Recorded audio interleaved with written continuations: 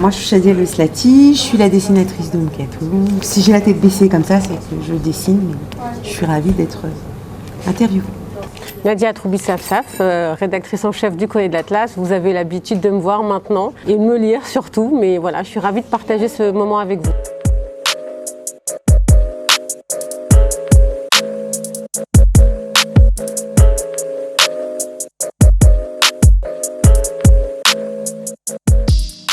Tu m'as contactée pour Famille Nombreuse, tu voulais faire un article, et puis c'est comme ça qu'on s'est connus. Elle est venue à Chartres pour justement faire cet article. La générosité méditerranéenne, reste, mange, vas-y, dors, fais le ménage tant que tu es là. Et du coup, ça s'est fait comme ça, on a bien matché toutes les deux, enfin j'espère. Mais pour moi c'est le cas. Et on s'était dit qu'un jour on travaillera ensemble, tu sais, comme on fait souvent quand on dit on va travailler ensemble. Sauf que là ça s'est vraiment fait. Voilà, comme elle a dit elle. Comme il a dit lui. Au départ, moi j'étais partie sur la révolution tunisienne et donc c'est ce que j'ai proposé à Shadia, de revenir sur le viol de Myriam par 2 policiers pendant la révolution tunisienne. Et elle m'a regardée, elle m'a dit « T'es sûre pour une première bande dessinée ?»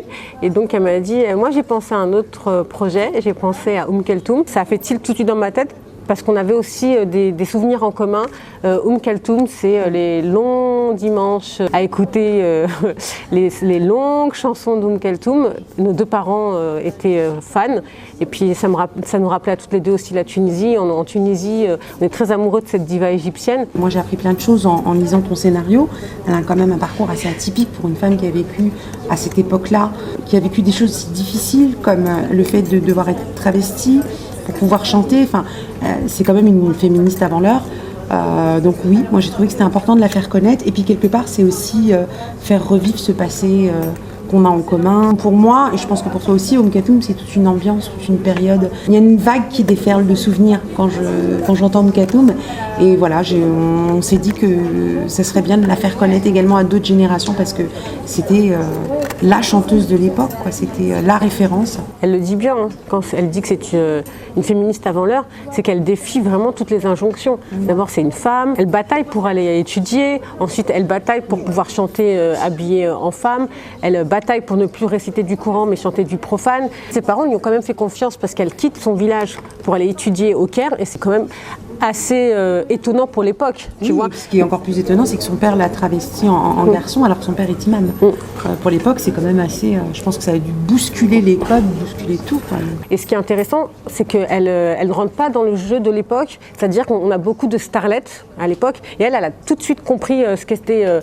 le star system, de se tenir éloigné de ce star system-là et d'avoir une aura un peu mystérieuse. Donc elle crée un personnage. Et les gens, voilà, ils sont aussi, ils tombent amoureux de son talent d'abord et ensuite de ce qu'elle est. Mais en fait, c'est d'abord sa voix.